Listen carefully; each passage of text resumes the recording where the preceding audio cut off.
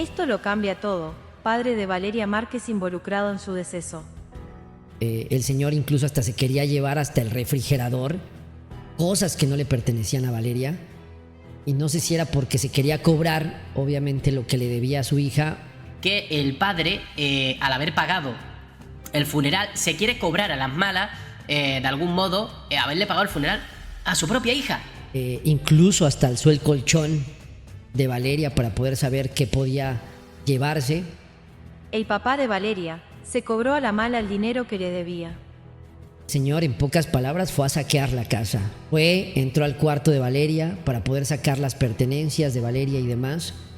El padre de Valeria Márquez está en el ojo del huracán. Revelan una verdad oculta sobre el deceso de su hija. ¿Se trata de recuperar un préstamo o de arrebatar lo que otros ayudaron a construir? Lo que hasta ahora era una historia envuelta en desgracia, se transforma con una pregunta perturbadora. ¿Y si el verdadero motivo del caos que rodea la despedida de Valeria Márquez no fue su entorno de amistades, ni un supuesto romance, sino alguien mucho más cercano? ¿Está el progenitor de Valeria detrás del vacío, que hoy sienten quienes más la amaban? ¿Pudo su propio padre precipitar el desmoronamiento de todo lo que construyó tras su partida? Desde el primer momento, su figura fue extrañamente silente, distante, casi invisible.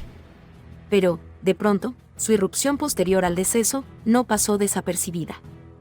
Llegó a la vivienda donde residía Valeria, no con flores, no con consuelo, sino con reclamos y exigencias materiales. ¿Era eso lo que realmente le urgía? Personas cercanas revelan que su prioridad fue revisar habitaciones, llevarse objetos, incluso buscar bajo el colchón. ¿Cuál era la urgencia por apropiarse de sus bienes? ¿Dónde quedó el efecto emocional que uno esperaría de un padre devastado? Hay quienes aseguran que el progenitor dio una cantidad de dinero inicial para ayudar a Valeria a abrir su estética, Blossom. Sin embargo, la inversión total incluyó a otros familiares. Sus tíos, Armando y Moy, no solo colocaron dinero, sino también esfuerzo y tiempo. ¿Es moralmente válido que ahora alguien quiera quedarse con todo, bajo la excusa de una deuda, menospreciando la labor diaria de quienes la ayudaron en vida? El día del último adiós a Valeria, su padre se presentó y cubrió los gastos. Un gesto que puede interpretarse como noble. Pero lo que vino después, ese deseo por adueñarse de sus pertenencias y espacios, cambia completamente la percepción. ¿Era esa ayuda realmente desinteresada? Armando y Moy, devastados por su pérdida, han optado por el silencio. El Salón Blossom ha cerrado. El lugar donde compartían sueños y proyectos está al borde del abandono por falta de recursos. Y mientras tanto, el padre ya habría exigido el resto de las pertenencias de Valeria, bajo la razón de haber sido el inversionista principal. ¿Qué espacio queda para el esfuerzo de sus tíos? ¿Existe justicia para quienes dieron todo por ella? Existen voces de quienes la seguían y admiraban, que ya proponen la creación de un fondo para rescatar Blossom, con el fin que ésta abra sus puertas nuevamente, pero como un homenaje y como un símbolo de resistencia y justicia. Un espacio que no solo embellezca rostros, sino que honre una memoria. Lo más inquietante es el silencio que rodea al padre de Valeria. A diferencia de otros implicados en la historia, él no ha emitido una declaración pública. ¿Por qué calla? ¿Es prudencia o estrategia? ¿Qué podría decir que no contradiga sus acciones? Si sus intenciones son legítimas, debería hablar. Si busca reivindicar su papel como padre, debe hacerlo con hechos, no con imposiciones. De lo contrario, el vacío que deja Valeria se llenará con la imagen de una disputa por el control, no con un legado de amor.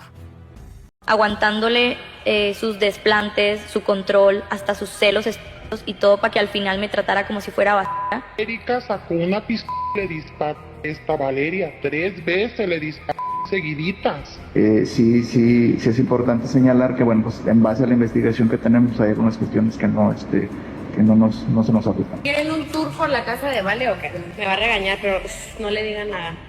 Empezamos por la sala. Llevamos un avance importante en cuanto a la investigación. Esperemos pronto poder tener resultados. Se destapan los peores audios Valeria Márquez señalando a Vivian y Erika en complicidad contra ella. Y la Vivian, pues ya ves que es bien tóxica. Y le dijo de que, ¿y la muchacha con la que estabas qué? Y ya la Vivian, no sé, no le creo. Yo creo que ya no la libró. Audios de Valeria marcan a Vivian y a Erika en un plan oculto que nadie sospechaba. ¿Puede un simple audio revelar una verdad incómoda? ¿Qué sucede cuando todo en torno al caso comienza a desmoronarse por una grabación inesperada? Esta semana se ha desatado una verdadera tormenta digital. Se destapan los peores audios donde Valeria Márquez, con voz entrecortada, lanza frases que saciuden hasta el más escéptico. Una grabación ahora viral, atribuida a Valeria, describe sin tapujos momentos de agravio emocional, control psicológico y manipulación. Aunque los nombres no son pronunciados directamente, los seguidores del caso apuntan a dos figuras centrales en su vida, Vivian y Erika. Hasta hace poco vistas como amigas cercanas, hoy son el centro de una controversia que no deja de escalar. Me dijo que ya no servía, que no podía presentarme con sus amigos, que le daba asco pensar con quienes había estado. Así comienza la grabación, que ha puesto a temblar a más de uno. Valeria no solo expone una experiencia emocional devastadora, sino que lo hace en un tono que muchos identifican como auténtico. ¿Es realmente su voz, o una simulación creada con inteligencia artificial? Las dudas no detienen la indignación. El tiempo del silencio ha terminado. La frase "me aguanté sus celos, su control, sus desplantes", no deja espacio para la indiferencia. ¿De quién hablaba Valeria? ¿Era Vivian parte de esa cadena de toxicidad? ¿Hasta qué punto una amistad puede volverse de alto riesgo? La relación entre Valeria, Vivian y Erika ha quedado bajo la lupa. Mensajes compartidos en sus redes días antes del suceso dibujan un panorama inquietante. Salir juntas es un riesgo, escribió Valeria etiquetando a Vivian. ¿Era una advertencia? ¿Un intento de exponer lo que sucedía tras cámaras? Vivian, a quien muchos veían como su confidente, ahora es vista con desconfianza. Videos muestran cómo tomaba el celular de Valeria sin permiso y transmitía desde su casa. Me va a regañar, pero no le digan nada, decía en tono jocoso, mientras mostraba cada rincón de su intimidad. ¿Era solo una broma? ¿O un patrón de invasión repetido?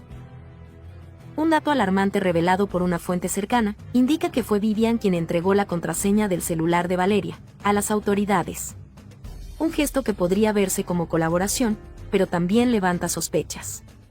¿Qué tan profundo fue su acceso? ¿Tuvo oportunidad de borrar evidencias? Si este audio se encontró en el dispositivo, ¿cuántos más podrían haber sido eliminados antes? ¿Puede alguien que tuvo acceso irrestricto al teléfono ser considerado testigo neutral? En medio del caos informativo, una mujer identificada como Paola aparece en una entrevista donde asegura haber presenciado los hechos. Su declaración apunta directamente a Erika, como la persona que habría llevado a cabo el deceso. Pero su versión, según las autoridades, presenta inconsistencias. La Fiscalía ha invitado a esta persona a declarar oficialmente, pero hasta ahora no ha acudido. Si este fue solo el primer audio, ¿qué más podría estar oculto en el dispositivo de Valeria? ¿Hay conversaciones que implican a otros nombres? Vivian y Erika complicadas y a minutos de ser puestas con cartel de cómplice. Erika, lo que impacta es la frialdad, ¿no? Pam, pam, pum, pum, pum, y listo, apago el live. Que tiene miedo la fiscalía que Vivian y Erika huyan y se escapen. La amiga de Vivian también, de un comportamiento muy extraño, quédate otro poquito, aguanta, es que el regalo está muy chingón, y además con antecedentes que tienen ellas en su relación de amigas. Que el licenciado Salvador González habló de que sí, Vivian y Erika están en la mirilla, están siendo investigadas. Sus amigas que se ven muy, muy sospechosas, ¿eh? Pero por el modus operandi del crimen, pues parece que actúan en contra de ella. La fiscalía ya habría puesto en tela de juicio si Erika y si Vivian podrían ser súper cómplices. Se confirman las sospechas. Erika y Vivian de la Torre pasaron de testigos a ser súper cómplices. ¿Qué encontraron en el celular de Valeria Márquez? La Fiscalía ya no está hablando en códigos. El término supercómplices no es un desliz, es una advertencia directa.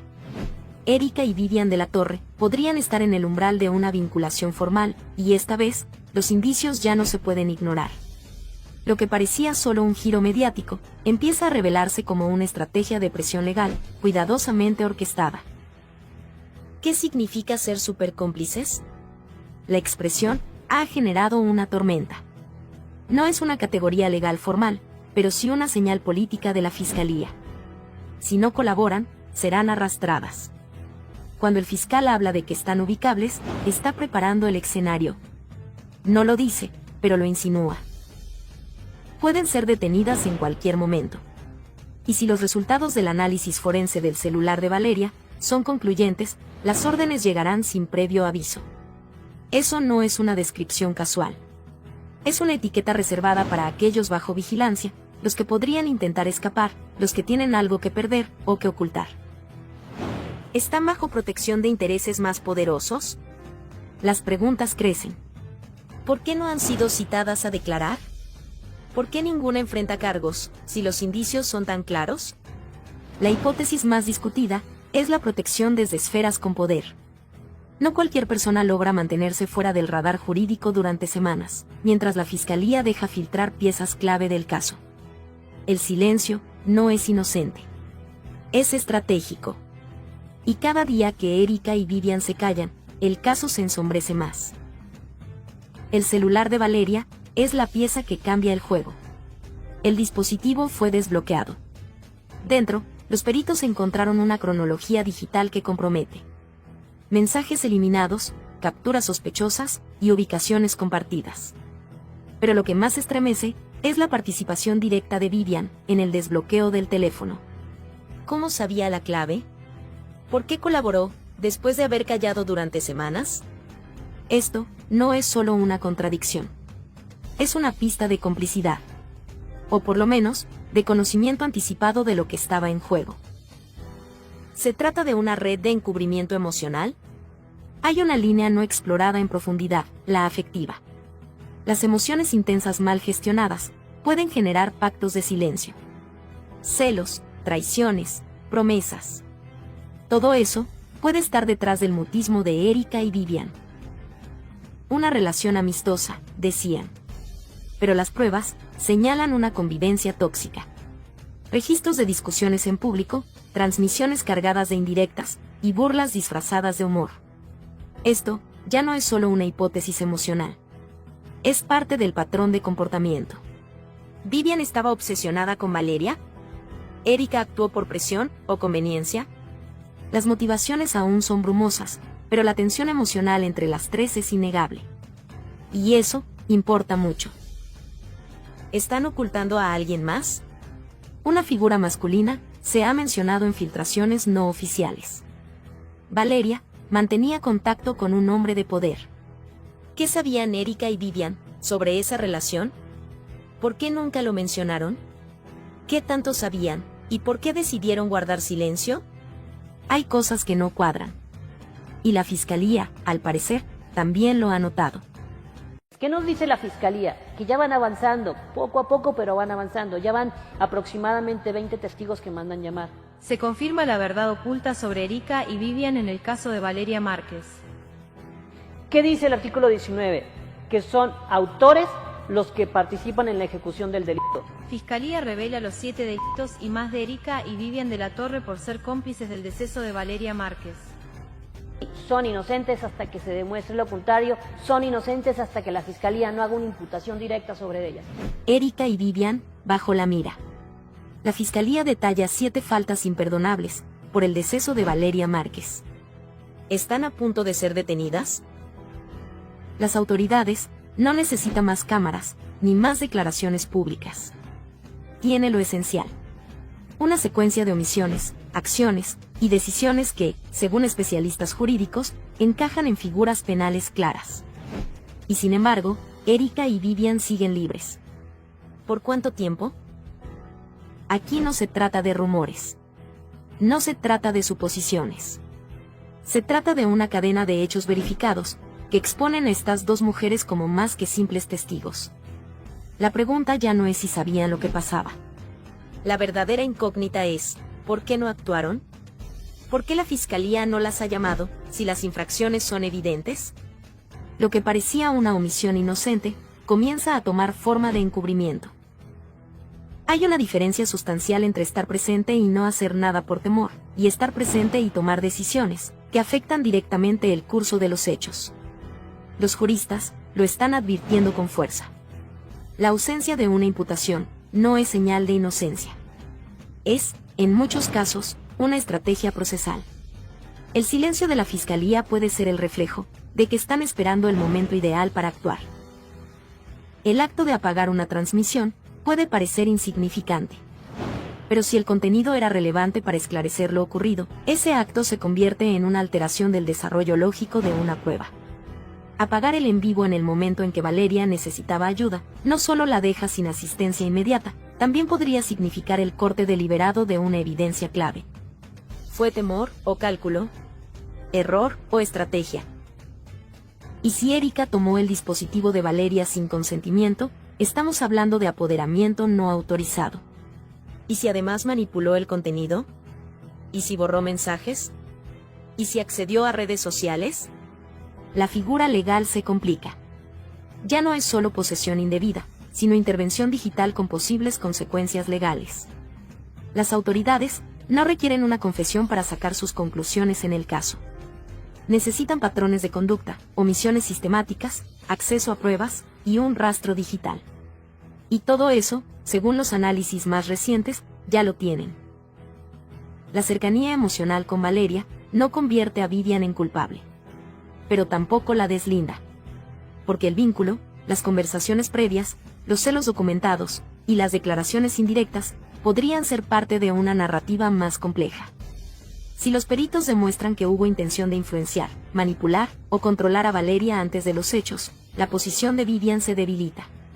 Y si a eso se suma el hecho de que tenía conocimiento de lo que estaba ocurriendo y no actuó, el escenario se oscurece aún más.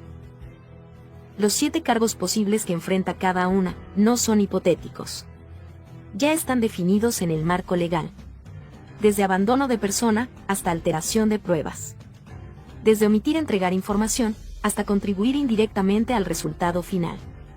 La Fiscalía, por ahora, ha optado por el silencio. Pero ese silencio, lejos de tranquilizar, intensifica la tensión. ¿Están construyendo un caso tan sólido que no quieren alertar a las involucradas? ¿O simplemente están dejando que se hundan con su propio silencio? Cuando una persona tiene algo que decir, lo dice. Cuando no lo hace, queda bajo sospecha. La ley es clara. Quien tenga conocimiento de un hecho relevante, tiene el deber de hablar. Y ni Erika ni Vivian han acudido voluntariamente a declarar. Eso no es prudencia. Eso no es cautela. Eso es una omisión activa. Y una omisión activa, en medio de una investigación de esta magnitud, puede convertirse en un error irreversible. ¿Por qué la Fiscalía no actúa todavía? Porque están observando. Están recolectando. Y están evaluando reacciones.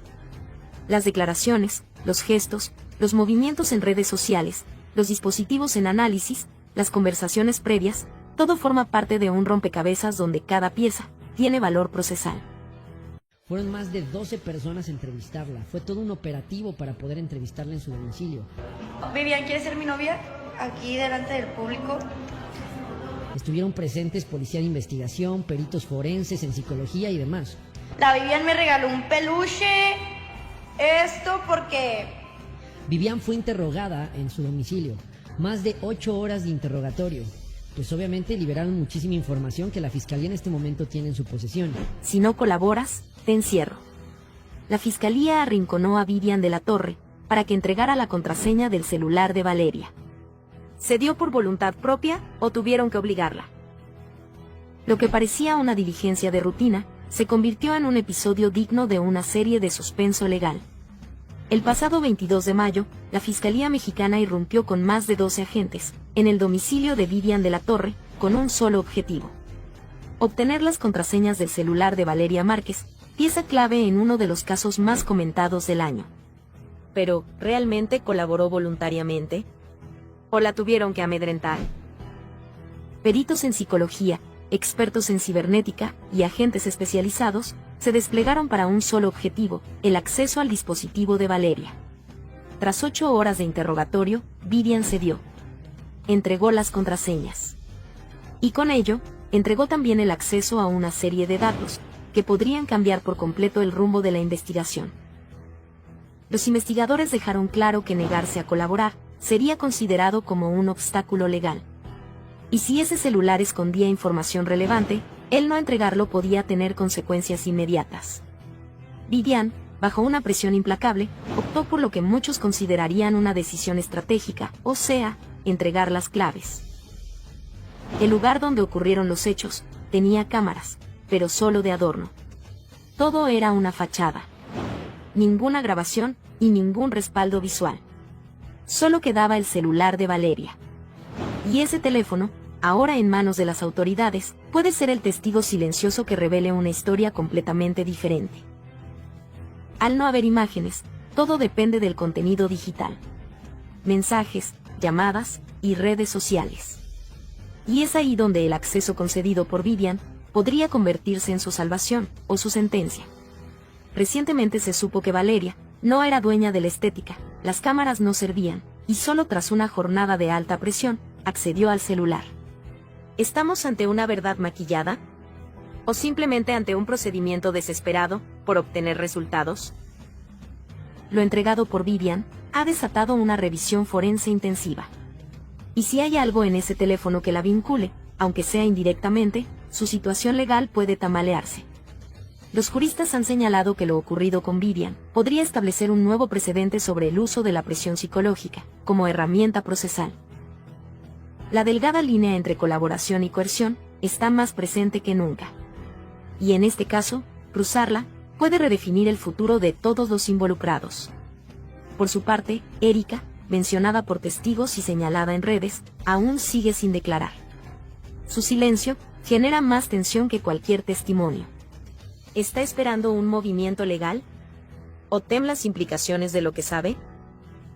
La posibilidad de que la Fiscalía esté construyendo una teoría del caso sin suficientes fundamentos comienza a inquietar a la opinión pública. ¿Qué pasará ahora con Vivian? Aunque no ha sido formalmente señalada, el acceso que entregó puede marcar su destino. Colaborar puede verse como un gesto de transparencia o como un movimiento para evitar un confinamiento inmediato. Pero, ¿y si en ese celular hay más de lo que ella anticipaba? Por estas acciones que hizo Vivian, ¿podrían señalarla como la autora intelectual? Y la ejecución del delito era borrar los antecedentes y borrar las pruebas que se veía la ejecución de una persona. La Fiscalía puede decir, por esto, lo que vimos, por la retención, tú puedes ser la autora intelectual. Imagínate que por estos indicios ya embones dentro del artículo 19 del Código Penal, que es, son autores los que colaboren. ¿Sabías que a Vivian o a Erika les pueden dar 70 años de cárcel? No se lo esperaban. Abogado rompe el silencio y pone a Erika y a Vivian contra las cuerdas. ¿Les darán 70 años por el deceso de Valeria? El caso que sacude a México no necesita ficción. Lo que ocurre supera cualquier libreto. Erika y Vivian de la Torre, dos nombres que hasta hace poco eran irrelevantes para el ojo público, hoy concentran la atención de un país. Merecen pasar 70 años en instalaciones de alta seguridad, por lo que muchos aún consideran simples omisiones. ¿Un gesto equivocado puede costar 7 décadas? Una transmisión en vivo apagada, un dispositivo manipulado y un silencio prolongado podría ser suficiente para justificar una sanción de 7 décadas, según lo revelado por el abogado Arturo Portillo. Bajo las leyes actuales, colaborar de forma indirecta en un evento desafortunado, alterar pruebas o simplemente callar en el momento equivocado puede equivaler a participación plena. ¿Realmente se trata de una aplicación justa de la ley? ¿O es un ejemplo más de justicia reactiva, motivada por presión social? La pista que lo complica todo es un dispositivo rosado, que habría sido utilizado por Valeria, para transmitir los minutos previos al suceso. Testimonios afirman que Erika fue vista con ese artefacto después del hecho. Si se confirma que ese objeto fue manipulado, borrado o escondido, la Fiscalía puede considerar que hubo obstrucción de justicia. Y eso, sumado a la omisión de auxilio, pone a Erika contra la pared. Pero no solo Erika enfrenta acusaciones indirectas. Vivian, cercana a Valeria, ha sido mencionada por su posible influencia emocional. Grabaciones y comentarios sugieren actitudes posesivas, reacciones desproporcionadas y tensiones previas. Sin embargo, para los fiscales no se necesita una confesión explícita para construir un caso. Bastan indicios acumulados para justificar una imputación. Y cuando se filtran rumores de que Vivian habría considerado salir del país, el argumento de riesgo de escape se vuelve más fuerte. Aunque fue localizada, el perjuicio en su imagen pública ya está hecho. La ley les advierte: quien conoce un hecho, debe hablar. Sin embargo, ni Erika ni Vivian han declarado. El silencio, que para algunas podría ser una estrategia legal, se convierte en un boomerang. El Código Nacional de Procedimientos Penales dice: quien no declara, permite que otros construyan su historia. Y esa historia, como bien dijo el abogado Portillo, a veces no busca al culpable, sino al que puede pagar. El silencio también puede sancionar. ¿Está la Fiscalía buscando justicia o simplemente una conclusión rápida? Callar no es opción. Erika y Vivian deben hablar, deben presentarse, deben romper el círculo del silencio.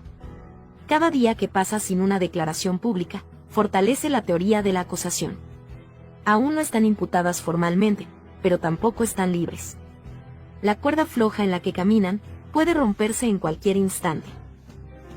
Toda la verdad sobre este caso se encuentra en las pequeñas acciones. Se puede sancionar a alguien por no actuar.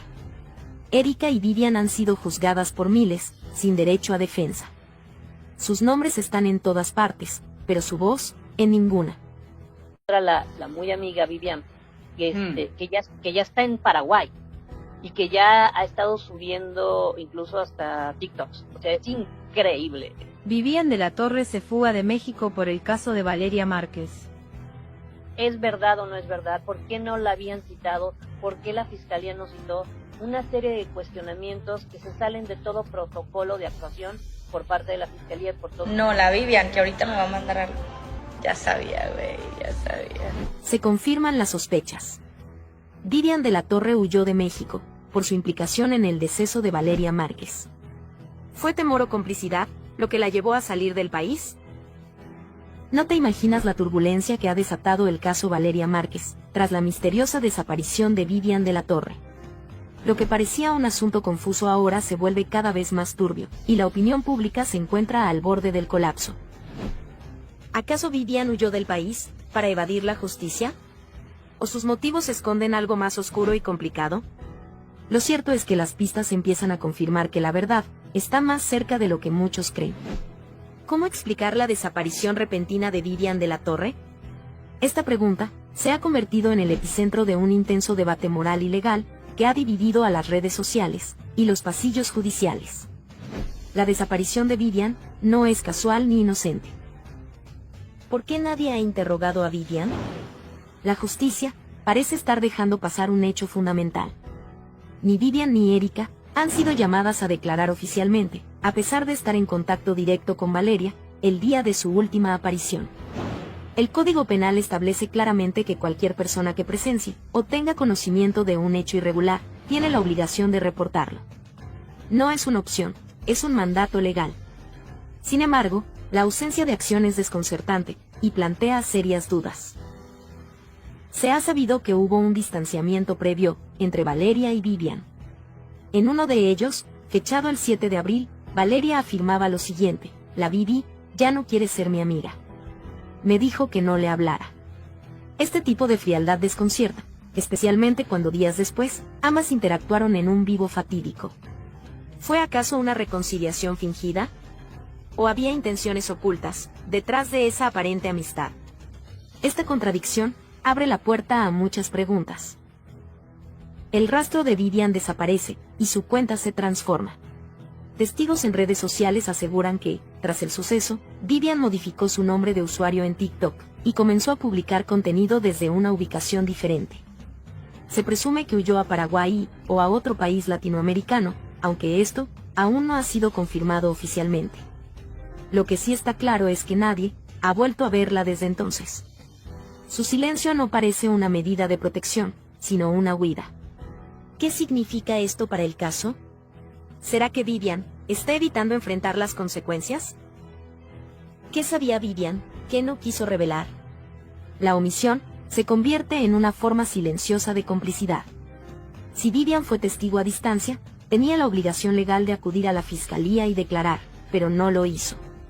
Si fue ella quien animó a Valeria a quedarse en el local, con frases como, no te vayas, quiero ver tu cara, entonces su implicación es mucho más directa de lo que se pensaba. Si Vivian sabía que Valeria estaba en riesgo, y no alertó a las autoridades, está incurriendo en una infracción legal severa. Sin embargo, la justicia parece dormida ante estos hechos.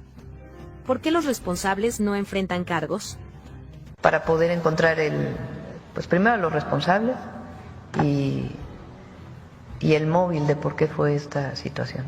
Y ella agarró y le disparó, le dio 3 balazos, entonces el repartidor volteó y la vio y el muchacho ya ni cerró la mochila ni sacó nada, se salió corriendo, de hecho se iba a caer el muchacho y no se alcanzó a caer. Revela que testigo ocular confirma que fue Erika la que desvivió a Valeria Márquez con artefacto, y no fue el repartidor. En eso yo volteé a ver a esta Valeria y vi cuando esta otra muchacha sacó una pequeña y le disparó a ella, le disparó con la mano derecha. No fue el repartidor, sino la mujer. Se confirma toda la verdad sobre Erika. Surge un nuevo testigo, que derrumba la versión oficial del caso Valeria Márquez. Un testigo clave acaba de poner en jaque la narrativa oficial sobre el deceso de Valeria Márquez.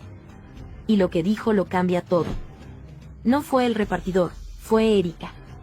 Sí, su colaboradora más cercana, aquella que estuvo con ella hasta el último segundo. Así lo asegura una testigo ocular, que presenció el desafortunado instante en el que se interrumpió la vida de Valeria. El caso, que parecía resuelto, se fractura con una declaración, que podría ser el principio de una verdad silenciada por semanas.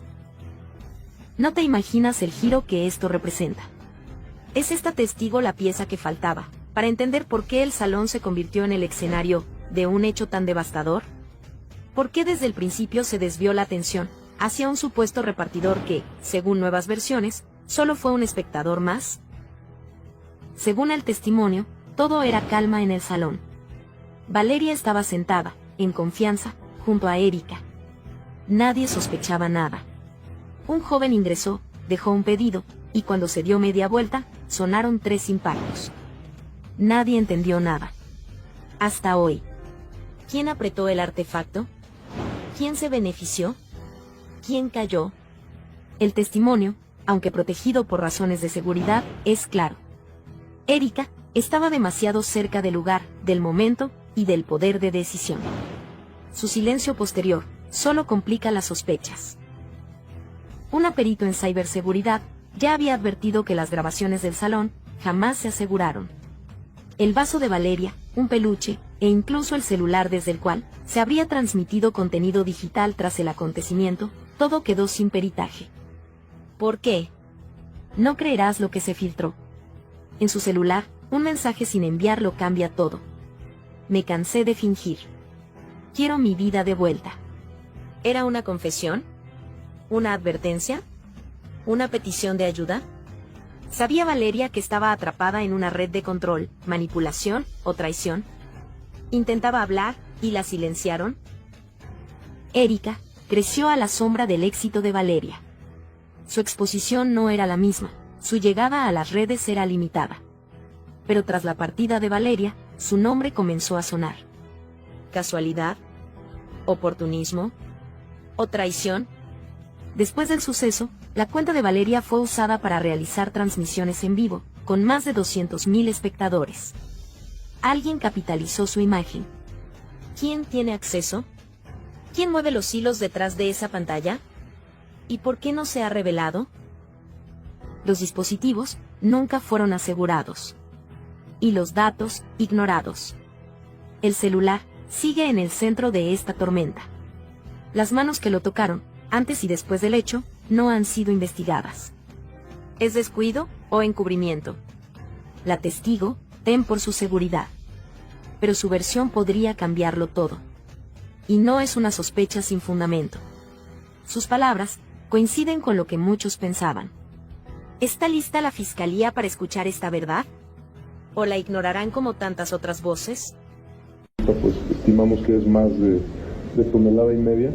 Fiscalía catean nuevamente el salón de belleza de Valeria Márquez y encuentran escondido lo peor. Sustancias ilícitas por toneladas. Está trabajando el Gabinete de Seguridad en coordinación con la Fiscalía. Estos trabajos son coordinados, tenemos una mesa de inteligencia permanente con la Secretaría de la Defensa Nacional, con la Secretaría de Marina. Hay una investigación, se está trabajando. De empresaria en aprietos, a ficha clave de una red de blanqueo de dinero. Cateo al salón de belleza de Valeria Márquez, revela el manejo de sustancias ilícitas. La madrugada en Zapopan fue testigo de un operativo que cambia radicalmente todo lo que se creía saber sobre Valeria Márquez. La Fiscalía General decidió actuar con rapidez y contundencia. 6 unidades tácticas irrumpieron en el conocido salón de belleza que, hasta ahora, era solo un símbolo de éxito y glamour. Sin embargo, lo que se descubrió dentro impacta en la percepción pública y abre interrogantes sobre la verdadera naturaleza de este negocio. ¿Estamos ante una mujer inocente o una pieza clave de una estructura mucho más compleja? No te imaginas lo que se revela tras un espejo móvil, donde una habitación secreta y herméticamente sellada resguardaba toneladas de sustancias ilícitas, cuidadosamente empacadas. Esta escena da un giro inesperado. ¿Un centro de estética convertido en un centro logístico para la distribución de sustancias nocivas? Este hallazgo contundente confirma la verdad que pocos esperaban y que pone en jaque cualquier versión previa sobre el deceso de Valeria. Además de las sustancias, el cateo desveló documentos y cuentas bancarias fantasmas que evidencian un entramado financiero sofisticado. Entre los artículos cotidianos del salón, se encontraron archivos con transferencias bancarias por más de 8.4 millones de pesos, provenientes de cuentas sospechosas, sustentadas en promociones y servicios ficticios. La estructura se presentaba como un negocio legítimo, pero detrás de la fachada estaba una red para blanquear capital, con uso de microempresas y servicios de lujo. ¿Podría Valeria haber sido consciente de esta operación, o fue arrastrada sin saberlo? Valeria atravesaba una situación financiera severa antes de todo esto. Cancelaciones de contratos con marcas, deudas acumuladas y proveedores impagados marcaron un declive evidente. Fue en ese momento cuando un empresario, aparentemente interesado en ayudar, apareció, ofreciendo inversiones y regalos. Pero esa mano amiga resultó ser un operador financiero vinculado a una conocida organización de poder. Se descubre así una trampa que convirtió a Valeria en la cara visible de un esquema para blanquear recursos ilícitos mediante cursos, ventas y servicios que parecían legales en papel, pero su origen era oscuro. Cuando intentó salir de esta telaraña, la situación se volvió más siniestra. Se filtraron mensajes encontrados en su correo electrónico, uno en particular con un borrador que decía: "Estoy harta de fingir. Quiero mi vida de vuelta". 2 días después, Valeria partió de este mundo. Se encontraron también evidencias de autos sospechosos con vidrios polarizados, cerca de su residencia, y citas canceladas de manera misteriosa. ¿Fue silenciada por intentar escapar? Esta es la razón por la que el caso adquiere una dimensión mucho más oscura y compleja. La Fiscalía no se detuvo ahí. En apenas pocas semanas, se detectaron 28 negocios con patrones similares. Pequeñas empresas manejadas por influencers, con presencia en redes sociales, pero con ingresos millonarios sin sustento real. Cafeterías, barberías y estudios de maquillaje. Todos aparentemente exitosos, pero detrás se escondían operaciones irregulares. ¿Cuántos más negocios se ocultan detrás de fachadas similares? La perito Nasli Borrero Vázquez, experta en ciberseguridad, llega a esclarecer en torno a la TikToker Valeria Márquez. Desde el primer momento del caso pudimos analizar que, bueno, yo vi el video totalmente y se evidencia muchas inconsistencias. ¿Por qué dejaron el vaso, las bolsas en el local? Se supone que la fiscalía tiene que llevarse todo. No se tomó en cuenta para hacer pericias el vaso, como tú lo dices, las bolsas plásticas, ¿ya? Y todo lo que, hasta el propio muñeco que ella recibió, ese peluche. La Vivian me regaló un peluche, esto porque ella sabe lo que me gusta. Se desata la indignación. Peritos en el caso de Valeria Márquez señalan una serie de errores imperdonables que cambia toda la investigación. Lo que parecía un caso aislado ahora se convierte en un símbolo de negligencia institucional. La realidad que salió a la luz pone en jaque a las autoridades y deja una pregunta inevitable flotando en el aire. ¿Por qué se ignoró tanto? ¿Qué intereses hay detrás de este silencio? Desde el primer momento, la escena del suceso fue manipulada, alterada o simplemente ignorada. El salón de belleza donde ocurrió todo no fue debidamente resguardado. No se preservaron los objetos clave. Bolsas, un vaso y un peluche, que podrían haber contenido información esencial, fueron olvidados como si no tuvieran ningún valor. ¿Se quiso borrar la verdad desde el principio? No te imaginas lo que los peritos han revelado. La falta de protocolo fue tan severa, que ahora todo el caso pende de un hilo. Las autoridades no analizaron objetos esenciales. Uno en particular, un vaso que aparece justo cuando Valeria recibe un regalo, ha sido objeto de fuertes críticas. ¿Era una bebida con alguna sustancia? ¿Se utilizó para inmovilizarla antes de la arremetida? Ese vaso, pieza fundamental, nunca fue procesado, quedando al descubierto el nivel de descuido, o peor aún, de encubrimiento. Valeria tenía 2 celulares. En uno transmitía en vivo, y el otro estaba destinado a llamadas. Ninguno fue confiscado de inmediato. Tampoco se analizaron los sistemas de videovigilancia del local. La colaboradora del lugar manipuló uno de estos dispositivos antes de la llegada de las autoridades. Erika apagó la transmisión sin titubeos y salió caminando como si nada hubiera ocurrido. ¿Cómo es posible que alguien que presenció un hecho así actúe con total frialdad? ¿Qué eliminó? ¿Qué ocultó? ¿Y por qué no fue interrogada con rigor? Los peritos fueron claros. La cadena de custodia fue rota desde el primer minuto. Esto no es un error técnico. Es una fractura legal que compromete toda la investigación. Cada paso omitido es una puerta que se cierra a la justicia. ¿Es posible recuperar pruebas después de tal nivel de negligencia? Días después del hecho, se publica un video que simula ser una nueva transmisión de Valeria. Misma voz. Misma imagen. Pero ella ya no estaba. Se utilizó inteligencia artificial para fabricar este material. ¿Quién lo creó? ¿Quién monetizó el infortunio? ¿Se puede permitir que el rostro de una persona que se ha ido sea usado con fines tan oscuros? Desde la escena mal resguardada, hasta los celulares no analizados, y desde la manipulación de su imagen, hasta la indiferencia de quienes estaban a su alrededor, todo en este caso grita impunidad. Los peritos exigen explicaciones por la ausencia de respaldo digital de TikTok. No creerás lo que se omitió. TikTok puede entregar registros detallados sobre transmisiones, ubicaciones y dispositivos conectados. Solo se necesita una solicitud legal. Pero nadie la hizo. ¿Descuido? ¿O una estrategia para que no se conozca quién estaba realmente detrás del contenido? ¿Es posible que la verdad esté en esos datos, que jamás fueron requeridos? Que las autoridades siguen en busca de las causas e incluso ya se sabe cómo huyeron los sicarios. Renta, luz, agua, internet. Fiscalía ordena abrir la tumba de Valeria Márquez para nuevo peritaje y lo que encuentra es algo extraño. Aquí donde yacen los restos de Valeria Márquez, quien fue asesinada el pasado 13 de mayo cuando se encontraba en su estética en Zapopan. Si algo me pasa, que todos sepan quién fue. Reabren la tumba de Valeria Márquez y descubren algo extraño que nadie estaba preparado para enfrentar. ¿Pusieron una microcámara oculta en el cabello de Valeria? Una verdad perturbadora deja al descubierto detalles que nadie esperaba. La fiscalía, presionada por inconsistencias forenses, ordenó la exhumación del cuerpo. Pero el hallazgo en esa madrugada silenciosa va más allá de lo explicable. La tumba no estaba vacía.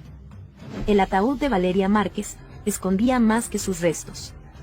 Dentro del pecho, sellado con cera industrial, apareció un dije con símbolos.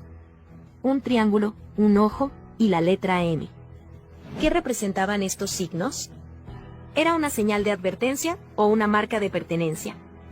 Este hallazgo, que no fue documentado en la primera autopsia, plantea una inquietante posibilidad. Alguien manipuló el cuerpo con un propósito. ¿Quién y por qué? Pero eso no es todo. Bajo sus uñas, los forenses hallaron residuos de una sustancia blanquecina, desconocida, y detrás de su oreja, cortes simétricos, limpios y precisos. Nada de esto apareció en el primer informe. ¿Fue omisión o encubrimiento? La familia exige respuestas y activa una segunda autopsia con peritos independientes. ¿Estaba marcada? El cuerpo de Valeria tenía 3 marcas paralelas, trazadas con exactitud, además de restos metálicos en sus manos. El nuevo equipo forense no descarta la posibilidad de un ritual o una advertencia encubierta. Cámaras de seguridad del panteón captaron la silueta de una figura encapuchada, dejando una rosa negra, y una nota escrita a mano que decía, no debieron haberla tocado. La nota fue interpretada como una advertencia, o incluso, una confesión de complicidad. ¿Quién se atrevió a irrumpir en la madrugada, para dejar ese mensaje? En un giro inesperado, el nuevo peritaje reveló una microcámara, escondida entre sus extensiones de cabello. Lo que registró fue devastador. El rostro del responsable quedó grabado. Se trata de un asistente del salón de belleza, reconocido por sus tatuajes. El individuo desapareció esa misma noche, y hasta hoy su paradero es incierto.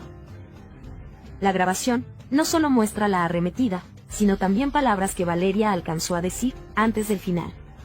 Ya sé lo que están haciendo. Estas palabras fueron clave para comprender que ella tenía conocimiento de algo más grande, y que no se trataba de un acto aislado. Antes de su partida, Valeria dejó una caja a una excolaboradora de confianza. Dijo, si algo me pasa, haz que el mundo lo vea. Dentro, había una USB con grabaciones de reuniones privadas, listas de nombres y audios de conversaciones delicadas. Entre los involucrados, destaca una mujer que asistió a su despedida. ¿Era parte de la red? ¿O fue enviada para asegurarse de algo? Un nuevo testigo protegido, que trabajó para esta organización, rompió el silencio. Asegura que lo de Valeria no fue un caso aislado. Hay otras jóvenes, otros nombres y patrones que se repiten. Todo indica que detrás de su caída hay una estructura más grande, que usa como fachada lugares comunes, como salones de belleza. ¿Es esta la punta de un iceberg aún más oscuro? Y ni siquiera podía llegar a su casa porque me debía a mí, le debía a la roomie y me había robado el dinero de mi escuela. Que tú vayas a quitar el live, que es una prueba que tiene, que es una defensa. Llama a la policía. Lo último que vas a hacer es apagar el live y borrar el live. Filtran lo que Fiscalía había descubierto de Erika N., segundos antes de que le quitaran la vida a Valeria Márquez.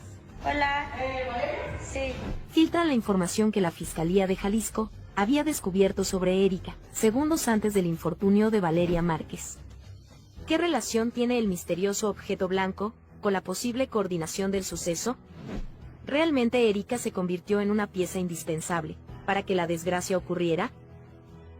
La investigación del deceso de la influencer ha tomado un giro inesperado con la reciente filtración de datos cruciales, que revelan detalles inquietantes sobre Erika, empleada del salón de belleza donde ocurrió el suceso. Y no te imaginas la profundidad de estas nuevas evidencias, que podrían cambiar toda la versión oficial. ¿Fue Erika simplemente una testigo pasiva, o se trata de una pieza clave que hizo la señal clave al perpetrador? Esta pregunta retumba con fuerza en cada análisis, y ha encendido una polémica que la Fiscalía de Jalisco no puede ignorar. Erika apagó la transmisión en vivo en TikTok, segundos después del suceso fatal contra Valeria.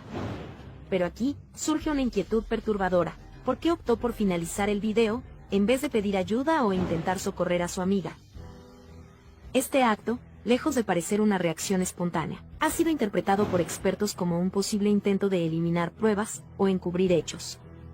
¿Acaso Erika actuó bajo presión? ¿O se esconde algo más oscuro detrás de su actitud?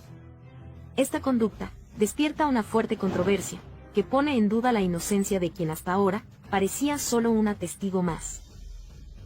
Una nueva pista sale a la luz y apunta directamente a Erika.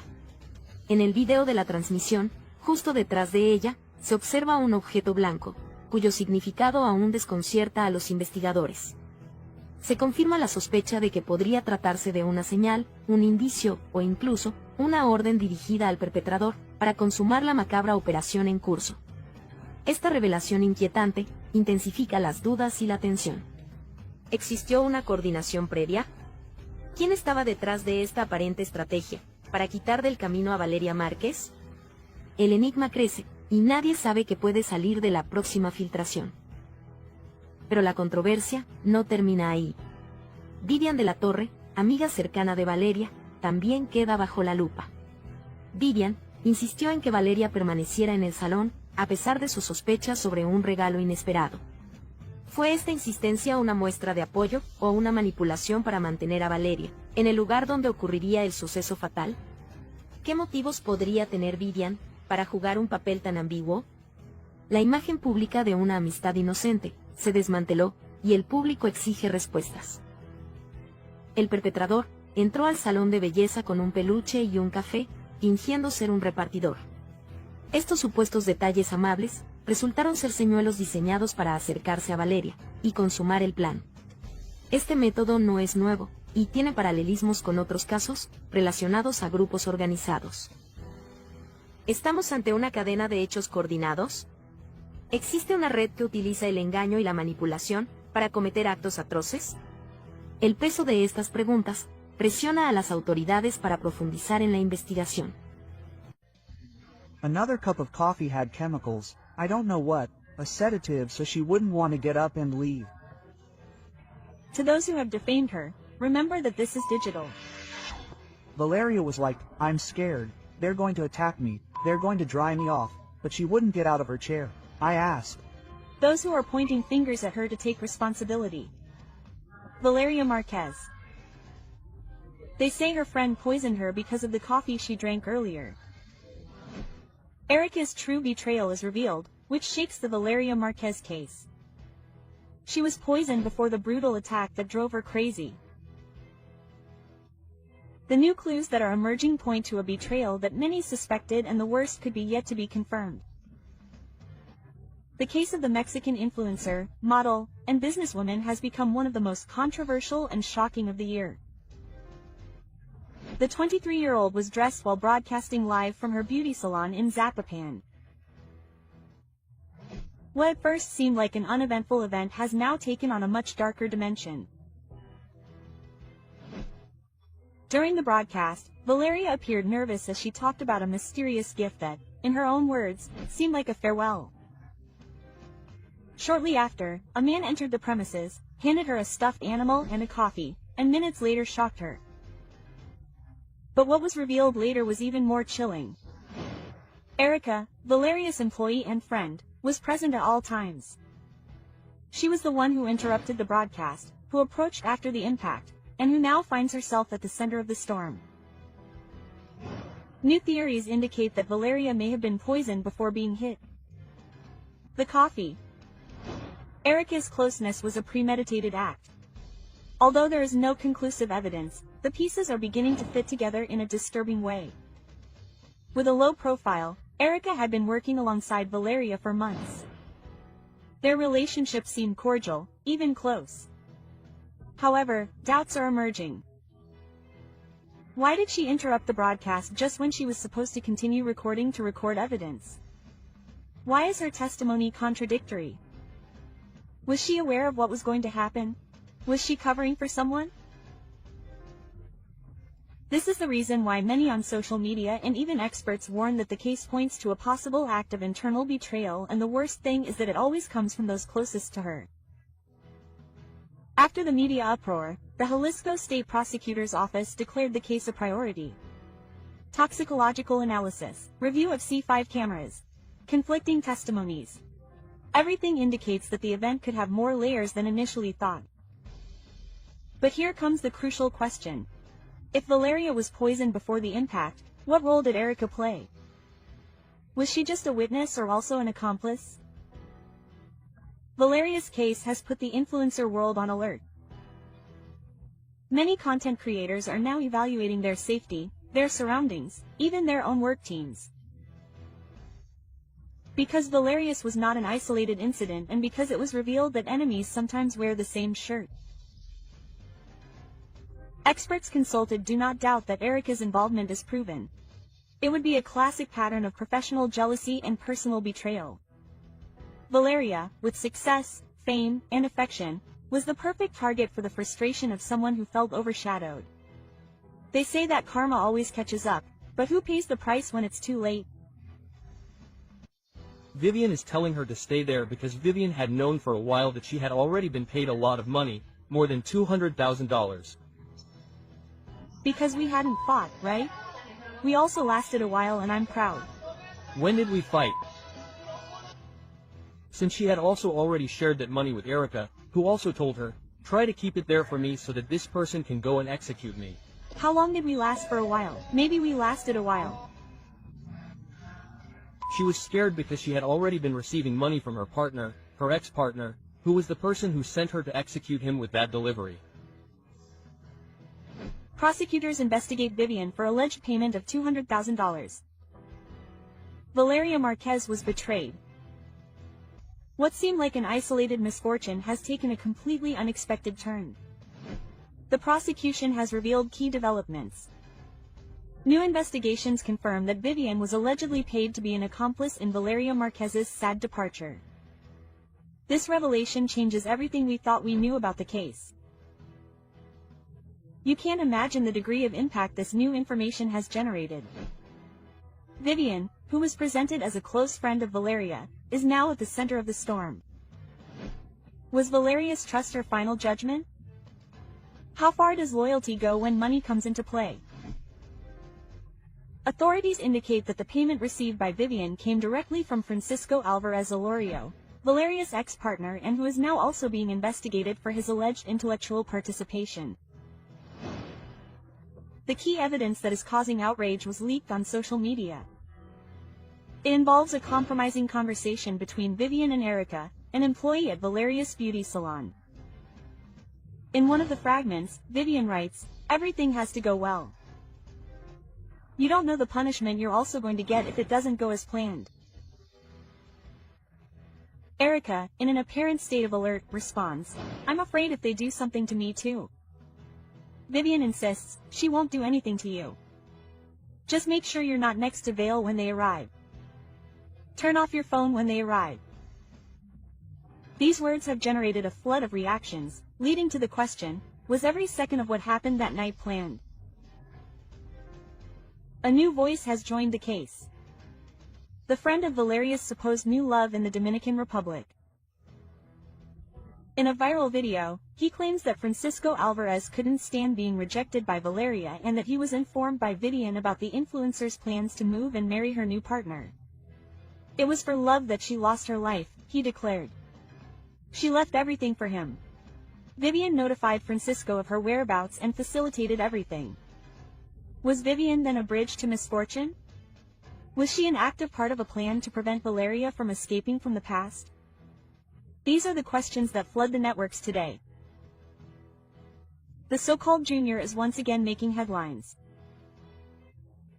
Known for having had a relationship with Valeria, has leaked that he kept an obsessive eye on her, even after the separation. Testimonies indicate that he did not accept that Valeria tried to rebuild her life and that he even followed her to her beauty salon. How far could his obsession go? According to information from the C5 system, the perpetrator fled on a motorcycle with the support of an accomplice in a white vehicle. The routes used were planned to avoid capture. The license plates are already under analysis. Everything indicates a professional operation. Who else knew? Did Vivian participate only with information or also in the logistics?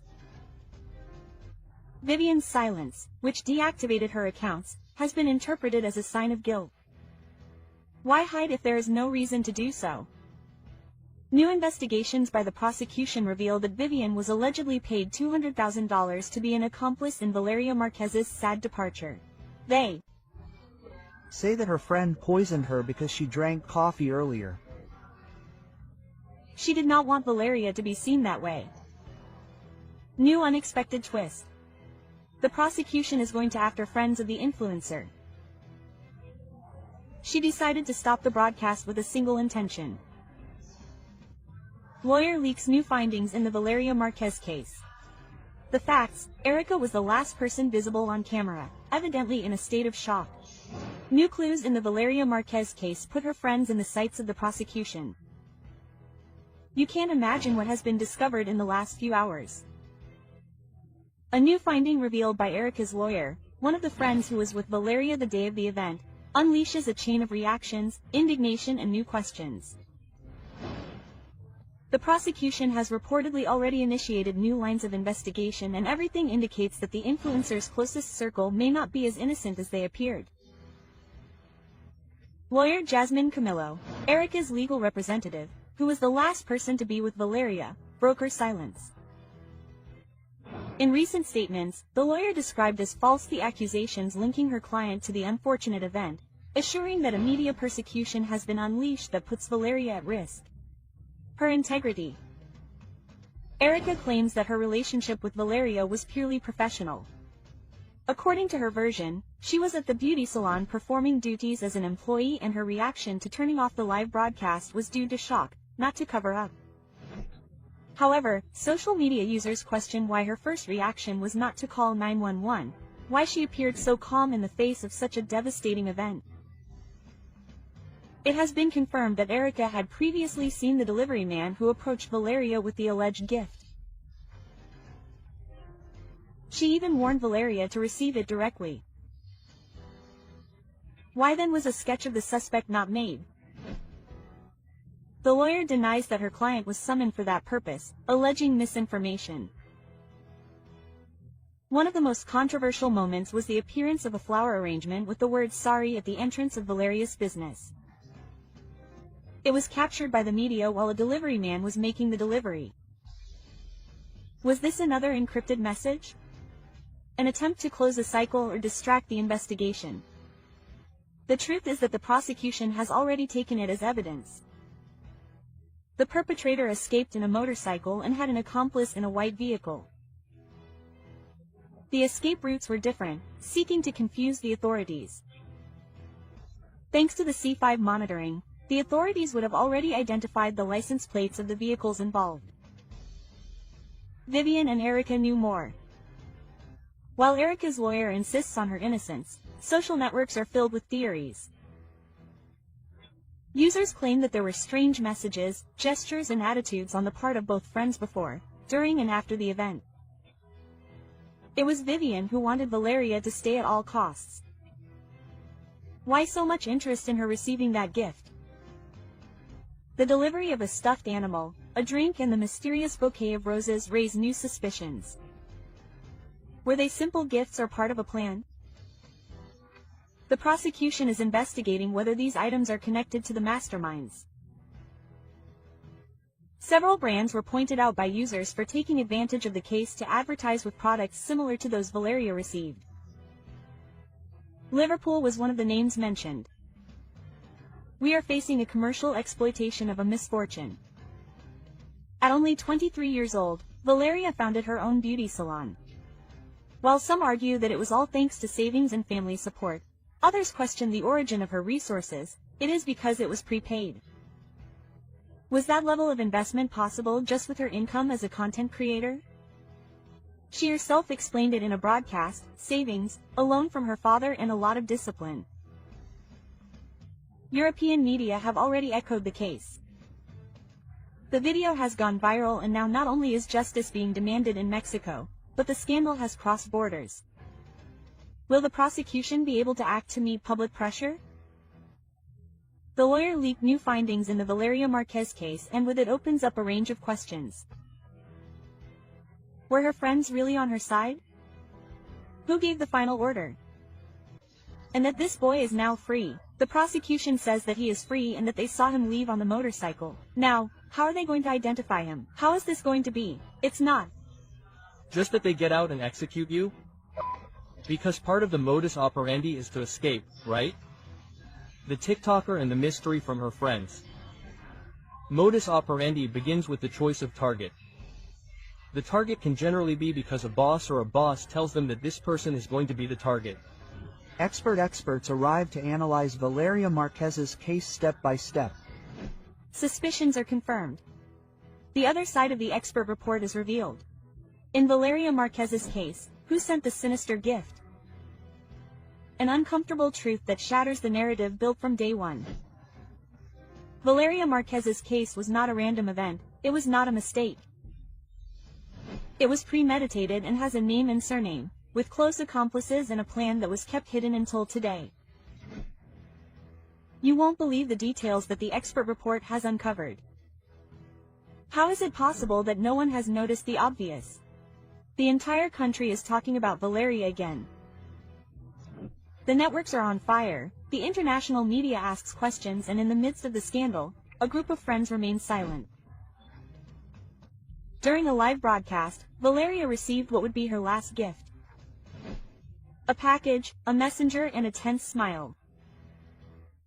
In seconds, everything changed, but now with the leaked expert report, it is confirmed that it was not a coincidence, it was a strategy. The perpetrator had full knowledge of the target. He verbally confirmed his identity before acting. How did he obtain that information? Who prepared it in such detail? Experts agree that this was an intimate revenge. And in this type of event there is something stronger, the message. It was a symbolic act, a warning that went beyond Valeria. Who was really intended to scare?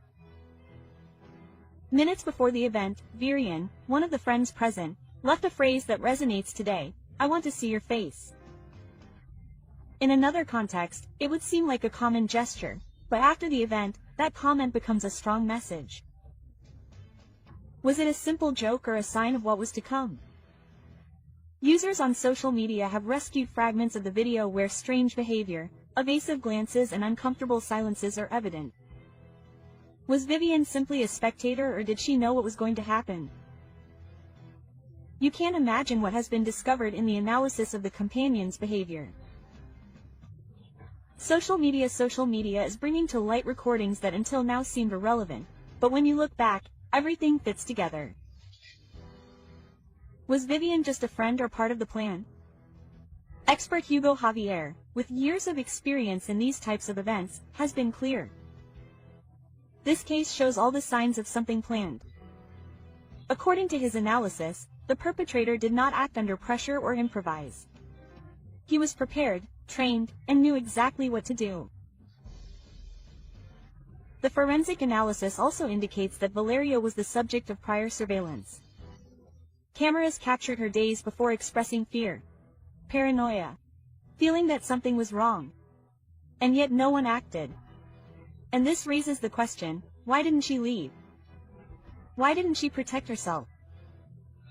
Because someone, perhaps those same people close to her, convinced her to stay. An increasingly strong theory suggests that everything was planned to happen live. The live broadcast was no coincidence. It was a public warning, a settling of scores with viewers. Who orchestrated it, and what message did they want to send? Was it an ex? An unpaid debt, or a betrayal? Unforgivable? The pattern is clear. Choosing someone visible, waiting for the moment with the highest audience, and acting.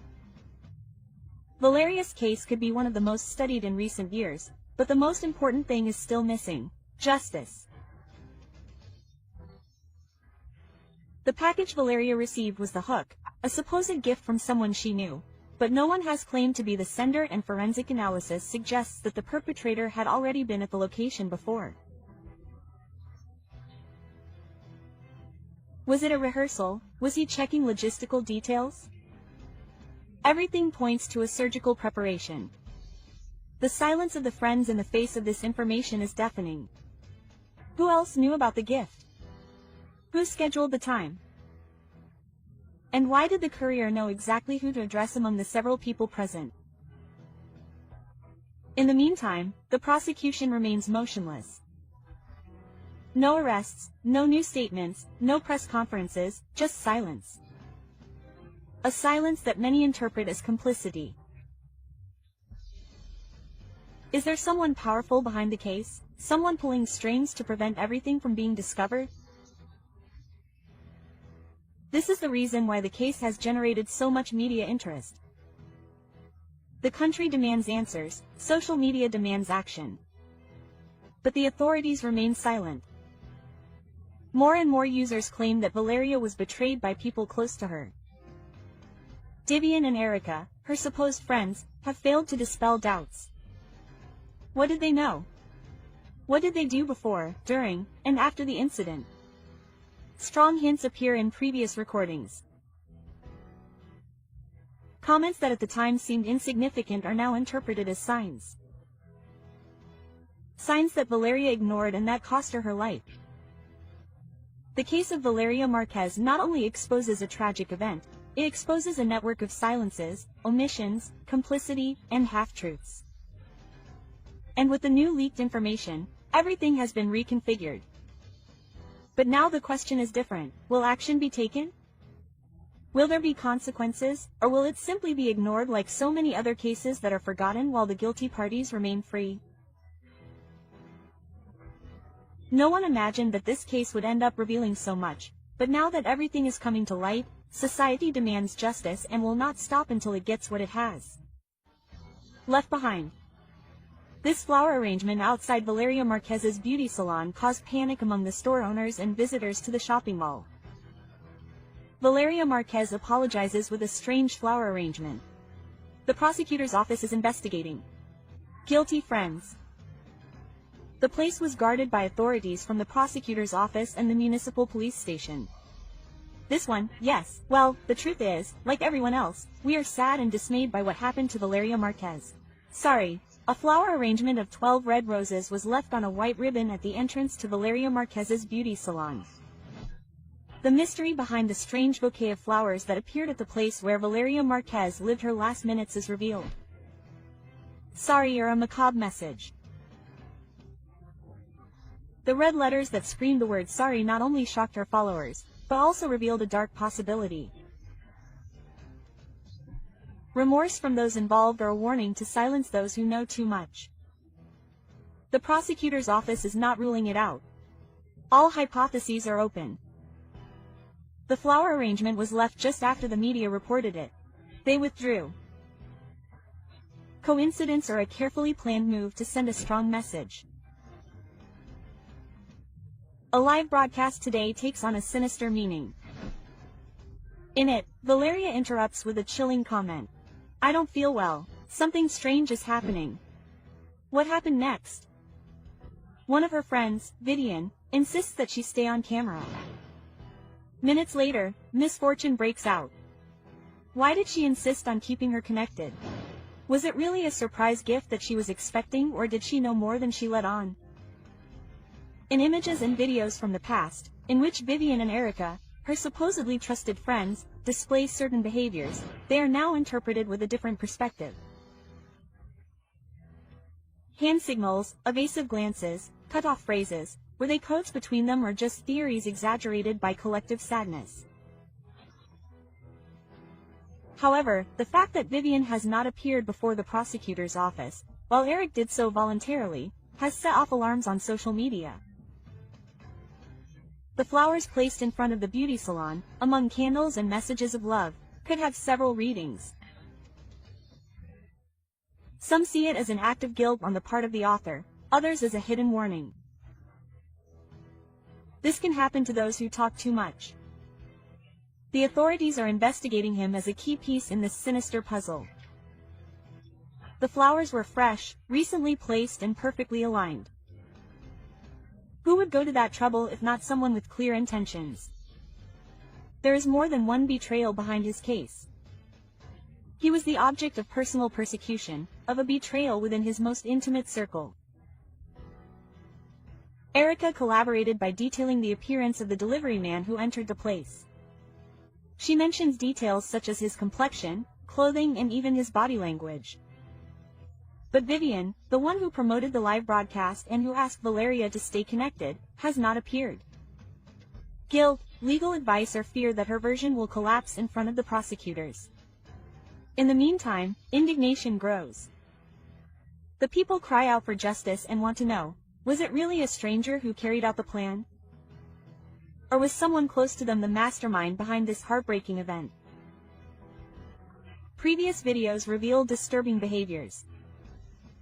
It is observed how the supposed friends reacted strangely to Valeria's comments. Nonverbal language experts are already analyzing every sign. Valeria sensed something.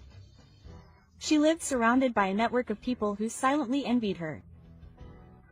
Was her own environment helping to cover up something bigger?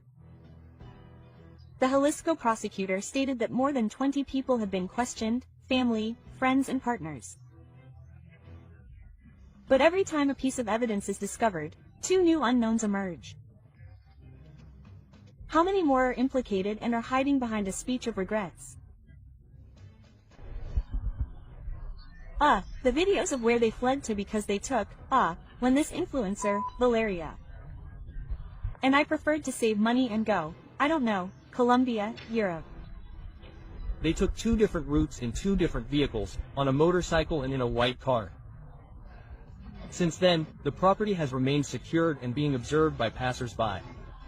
We already have a lot of information with 3 different lines of investigation that the prosecutor himself will make known to you. They once regretted that in a nightclub that is also in a nightclub it was also said that many people were saying that you were gay, is close to you. All the information about where they fled, how they got around, everything was provided through the C5. In other words, the cameras are working and working properly. The key video about the escape of Valeria Márquez's perpetrators is leaked. Who appears in the images? The video that no one expected has finally appeared, and with it a series of questions that are making the authorities uncomfortable and shaking public opinion. Cameras from the C5 system captured what could be the most compelling evidence yet. The perfectly executed escape of Valeria Márquez's perpetrators. Is internal complicity confirmed?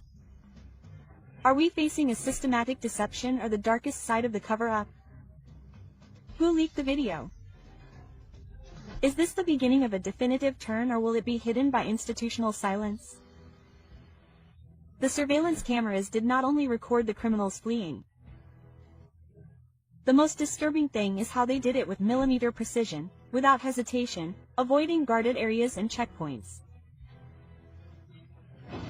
This was not an improvised escape. It was a calculated strategic retreat, and according to security experts with prior access to the inner workings of the surveillance system. We are then faced with a sinister event planned from the inside. This was not a spontaneous event. It was something systematically planned. Valeria Márquez's beauty salon, located in an area with a supposed police presence, was the scene of a surgical transgression. The perpetrators entered, shocked her, and left in seconds. And the worst thing is that the nearest patrol car did not act immediately, claiming confusion about location. Confusion or a deliberate order not to intervene, systematic failures, casual omissions, and now an almost cinematic escape that only strengthens one theory. Someone on the inside facilitated everything. Who betrayed Valeria? Days before the incident, Valeria was already feeling uneasy. This is what those close to her say, who say she said she felt observed, as if someone close to her was watching her.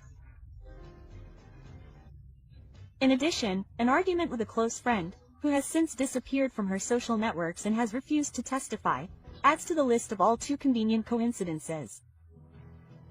That friend knew more than what she said.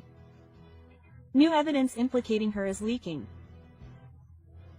Valeria trusted her circle, and that circle is now full of silence. She was betrayed by someone in her own circle. Forensic analysis experts agree that the escape shows detailed knowledge of surveillance routes, patrol response times, and the area without coverage. An attack like this cannot be carried out without prior intelligence.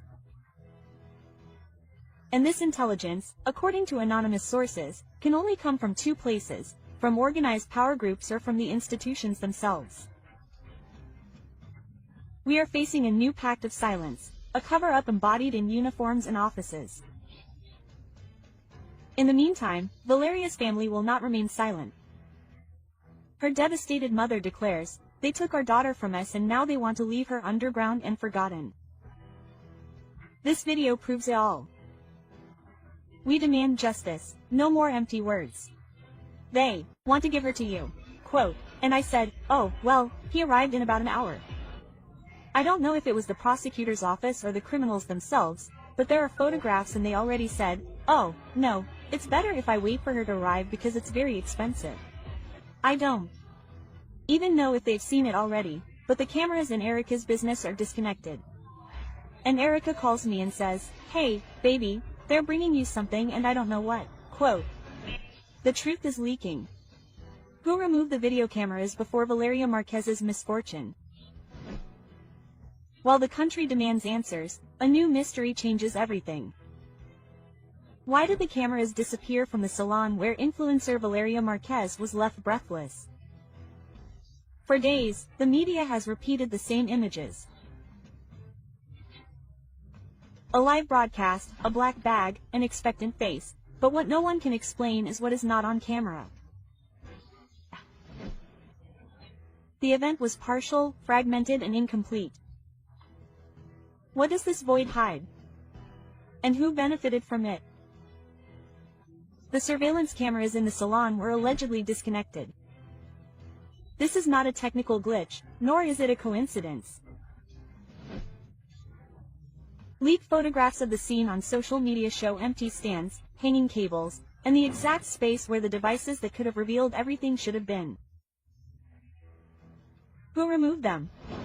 Why are there no images of the exact moment of impact? And what role do the women play?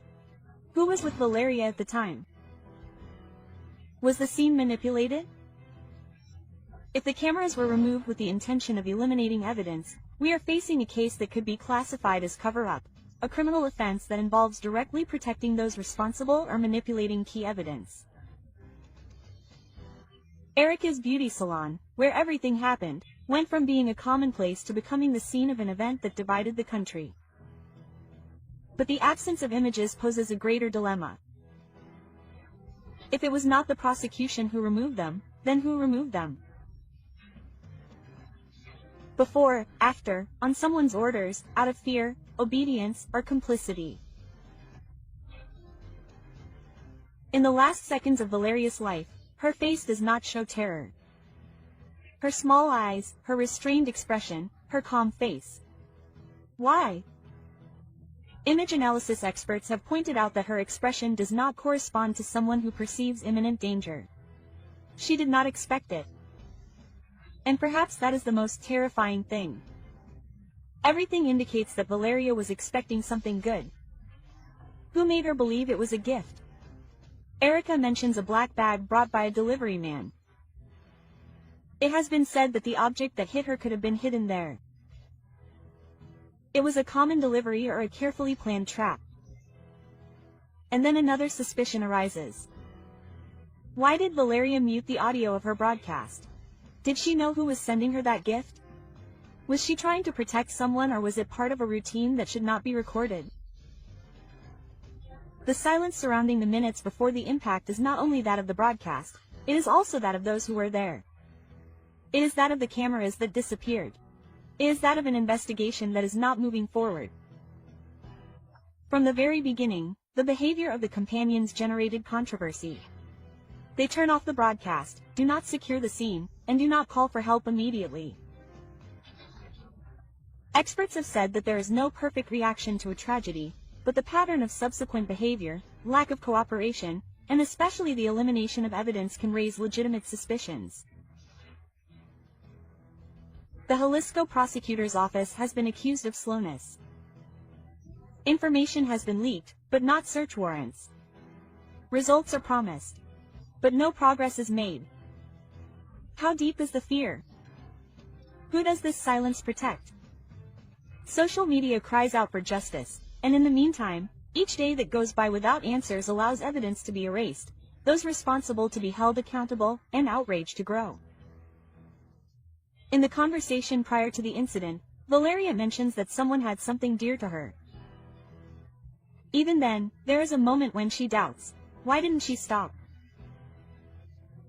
Why didn't she wait to check a glass door, a motorcycle, a delivery, and a social environment in which any object, any gesture, and any mistake can cost someone's life? If the companions knew about the risks and if the environment was known for its security risks, why were minimal preventive measures not taken? The coincidences with other events in Zapopan, that same day and at the same time, add to the tension. Another case, another person, another public figure. And the prosecution insists that there is no connection. The law is clear. If someone facilitated the act, they are also responsible. And in this case, communications are key. Erica and Vivian's cell phones could contain the evidence that connects everything, but without a federal warrant, the authorities cannot access them. Why hasn't one been issued? Who is arresting her? In other high-profile cases, telephone conversations have been decisive. In this one, they could be the only real clue that can still be rescued, and yet no action is taken. Evidence is leaked, but the legal process does not move forward. Why? An isolated case or a chain of power? What happened in that room does not seem to be a random event. The elimination of the cameras, the preparation of the environment, the lack of reaction, and the uninterrupted communications all suggest a level of planning that goes beyond coincidence. And if someone planned this, who is behind it? Was it revenge, a settling of scores, or a warning? The connection between Valeria and powerful figures, the insistence on classifying her case as isolated, and the coincidence with other events make it impossible to ignore the possibility of a larger structure. A pattern was uncovered, but it remains to be seen who designed it. The absence of cameras is not just a technical omission, it is a crucial piece of the puzzle. And the question is no longer what happened, but why do they not want us to know? Who pulled the cameras before the impact? Why? And what other truths are being silenced? Tensions are mounting. The country is demanding answers. And you, who have come this far, must be asking yourself, who is manipulating this story? And what will be the price for the truth to come to light? Oh, let him wait for me, the Bible says, because he wants to see my face. Because the impact is how to see it, and this happened live on TikTok. Strong theories, evidence, and videos are spreading on the internet. Valeria Márquez's two friends had everything to do with it. Vivia couldn't stand that her daddy stayed with Valeria. Trusting is good, but not trusting is better. They were going to lift me up. Okay, take good care of your friendships. Tomorrow I'll bridge you. Valeria Márquez's friend, trembling, talks about her friend's betrayal. Plebes who know the Erica of all plebes. The prosecution begins the investigation and reveals strong information. The ambition that cost her dearly. The unhealthy obsession behind Valeria Márquez's unexpected end is discovered. It was not a simple misfortune, it was an event surrounded by ignored signs, broken friendships and an envy that, according to some sources, burned in silence until it consumed everything. As a young woman with a promising future, she ended up facing her last day in the midst of such a hostile environment. She was the object of a chain of betrayals and poorly managed competitions. Valeria Márquez, the influencer who seemed to have it all, beauty, success, and powerful connections, was revealed as the protagonist of a drama darker than many imagined. Her meteoric rise on social media not only captured the attention of thousands of followers, but also, apparently, the envious gaze of those who once called themselves her friends. Valeria was no ordinary figure. Her career as Ms. Rostro and Reina de Belleza was just the beginning. Her appearance on Very Webs alongside renowned regional Mexican artists not only raised her media profile but also positioned her as an icon of luxury and power. Private jets, luxury cars, beauty salons, and thousands of followers seemed to seal her destiny as an unstoppable woman. But every success story comes with a price. At the height of her fame, a figure began to emerge from the shadows, Vivian, her ex-friend. What was once camaraderie turned into a tense rivalry, fueled by rumors, jealousy, and an alleged competition for the affection of a young man linked to a powerful figure in Jalisco. Was envy a silent cause in this case? What secrets did this friendship that has now become the center of attention hold? In a context where access to power is mixed with privilege, it is not uncommon for invisible problems to rise for the public eye. Zapopan, Jalisco, a land of contrasts, has witnessed hidden tensions between public figures who strive to maintain their status. Valeria was not only famous, she was also allegedly in a relationship with the son of an influential figure, which according to various sources, could have caused discomfort and altercations within her closest circle. This privileged relationship was also the target of accusations, rumors, and confrontations. Who was willing to do anything to take her place? Vivian and Valeria shared much more than followers and lifestyle. They shared an environment, aspirations, and, it is said, even the same affections. Tense arguments between the two were reported days before the incident. Witnesses claimed that the verbal altercations were nothing new and that Vivian tried to get between Valeria and her circle of power. Was Vivian just a disappointed friend or a determined rival for anything? How far can the obsession with being number one go in a world of appearances and unbridled competition? One of the most disturbing revelations circulating on social media today is Vivian's shocking physical change. The transformation was radical. Surgeries, makeup, eyebrows, clothes, everything points to a deliberate attempt to replicate Valeria's image. There are images showing Vivian before and after these changes. The resemblance is undeniable. Was it admiration, obsession, or a desperate attempt to take her ex-friend's place? The phenomenon did not go unnoticed on digital platforms. Thousands of users commented on the resemblance. Many described it as disturbing, while others simply saw it as a sign of a deeper rivalry than previously thought. Valeria Márquez's fatal outcome was captured in real time, broadcast on a live platform. That moment marked a turning point, not only because of the tragedy itself, but also because of the circumstances surrounding it. There was no visible alarm, no screams, and no prior reaction. How is it possible that there were no warning signs before the impact? Was she surprised or, worse yet, betrayed by someone close to her? Even more disconcerting was the attitude of her friend Erica, who was by her side during the broadcast. Many point out the absence of gestures of desperation and sadness and a serenity that has set off alarms for digital investigators. Why did her face remain immutable? What did Erica know? What else did she not know? Are there more people involved than one might think? What came next was even darker. Individuals outside Valeria's family began visiting the place where her remains rest, recording content for social media with the aim of going viral. The dehumanization has reached such a level that the grief of others is used as a springboard for digital fame. This has been harshly criticized by various social sectors, generating intense debates about the limits of ethics in content creation. Valeria, even after her passing, continues to be used this time as a product for media consumption. Where is the line between informing and profiting? Who truly mourns Valeria's loss and those who simply seek to take advantage of her story? As more details leak out, the pattern seems clear. A successful young woman, a friend with unclear intentions, and a luxurious environment combined with tension. All this in a context where image is everything and where being at the top can mean becoming a visible and hidden target. The case of Valeria Márquez thus becomes a mirror of what happens in many digital and social environments. Covert competition, false loyalties, and a constant interest in attention and power. Her story, far from being an isolated case, could be repeating itself in other lives that today seem perfect on screen, but that in private carry great secrets. To what extent is someone capable of harming what they cannot achieve?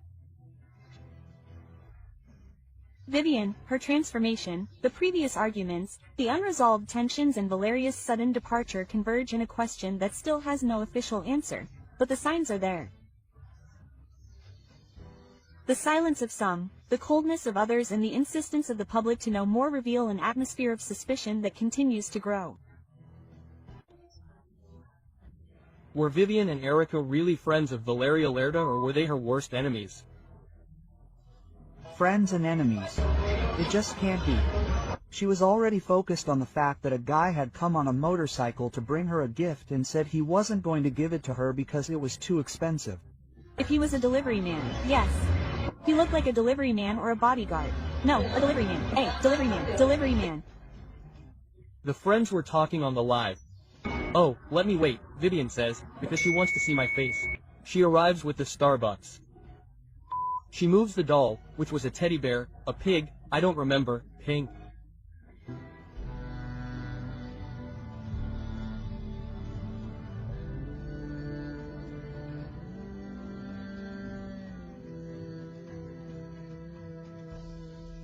This is shocking. Valeria Márquez was murdered in the middle of a TikTok live.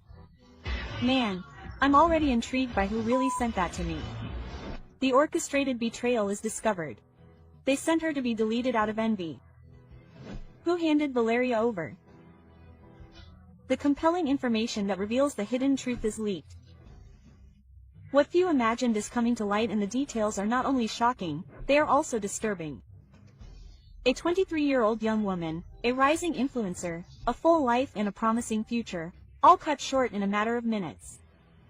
The question now resonates with everyone.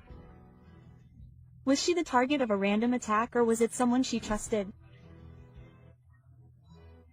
What is discovered changes everything, because behind her friends' smiles could be the darkest shadow, and behind her death a meticulously laid out plan.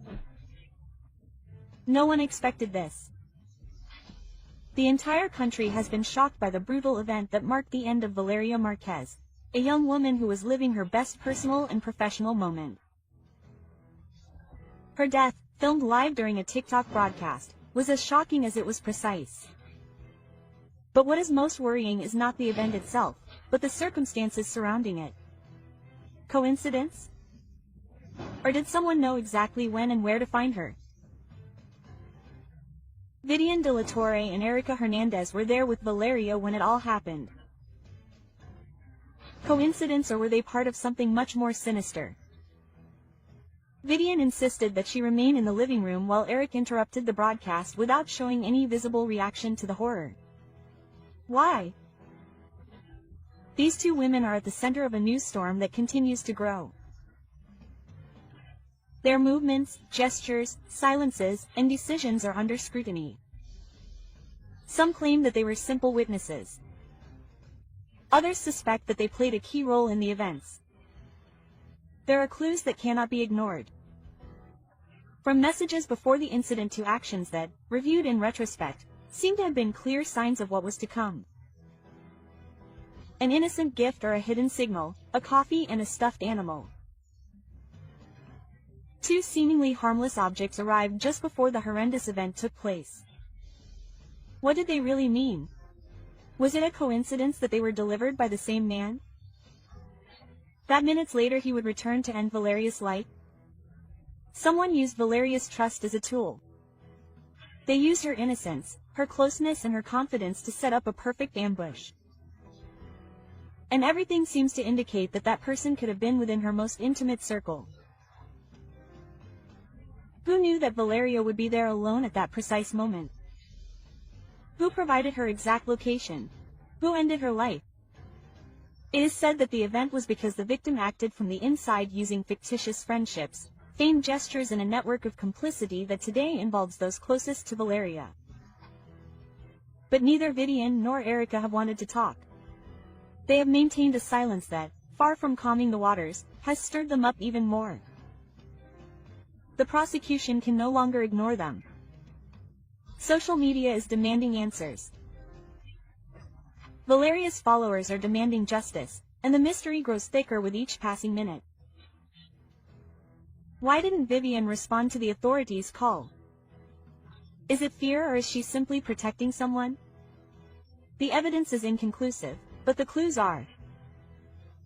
No one can deny that their actions or inactions raise many questions. Did they really not know anything? Or did they simply not want to tell what they saw? Erica's face after the death did not show sadness, only coldness. How does a person react after seeing their friend lose her life in front of them? With tears? With screams? Or perhaps with indifference? A few hours before what happened, in the middle of a live broadcast, Vivian made a strange movement with her hand. 3 fingers extended. Some took it as a joke.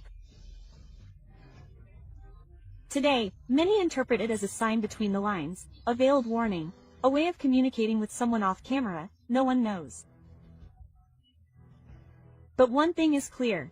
The gesture, coupled with his insistence that Valeria not leave, set off all the alarms. Why did he insist so much that she stay?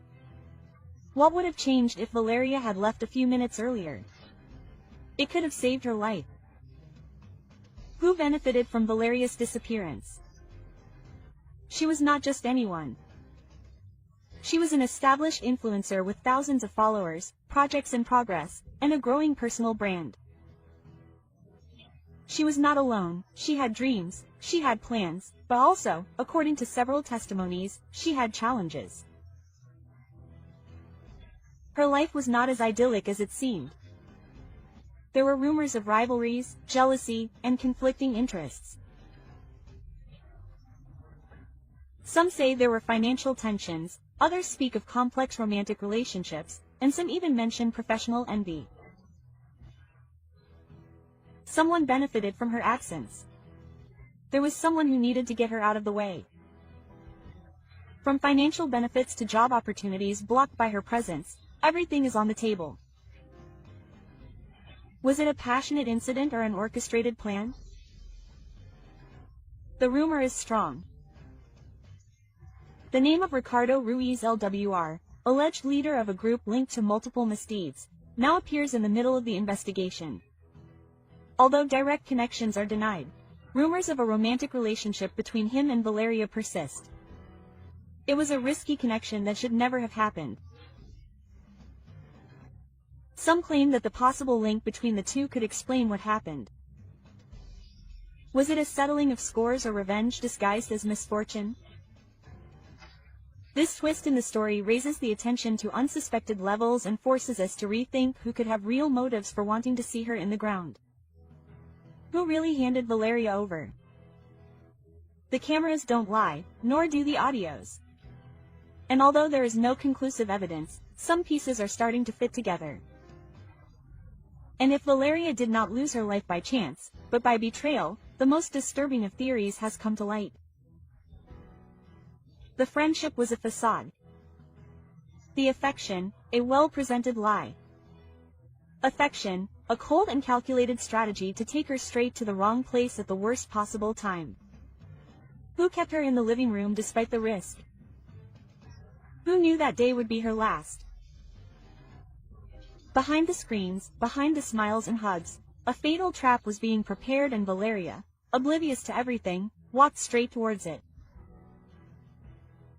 This case cannot be forgotten. It is a reflection of what happens in the streets, in homes and on social media. It is a mirror of the country. She has already used trust as a tool and a system that must respond to cries for help that were silenced by her death. Valeria not only left millions of followers with their hearts weighed down, she left us all wondering. What else had to have happened for this to happen in front of everyone? Her voice, her image and her last look at the camera, everything will be recorded forever as proof that something went wrong and that someone must be held accountable. Vivian de la Torre is not just a close figure, she is a central piece. She began conversations with Valeria hours before the event. He sent her the package, asked her not to leave, and then left the room just before it all began. Private messages, screenshots, and anonymous statements point to constant monitoring of her movements. They speak of a manipulated relationship, an artificial environment, a life unknowingly monitored. What truths do her social networks hide? What lies behind her shared photos and supportive comments after the horrendous event?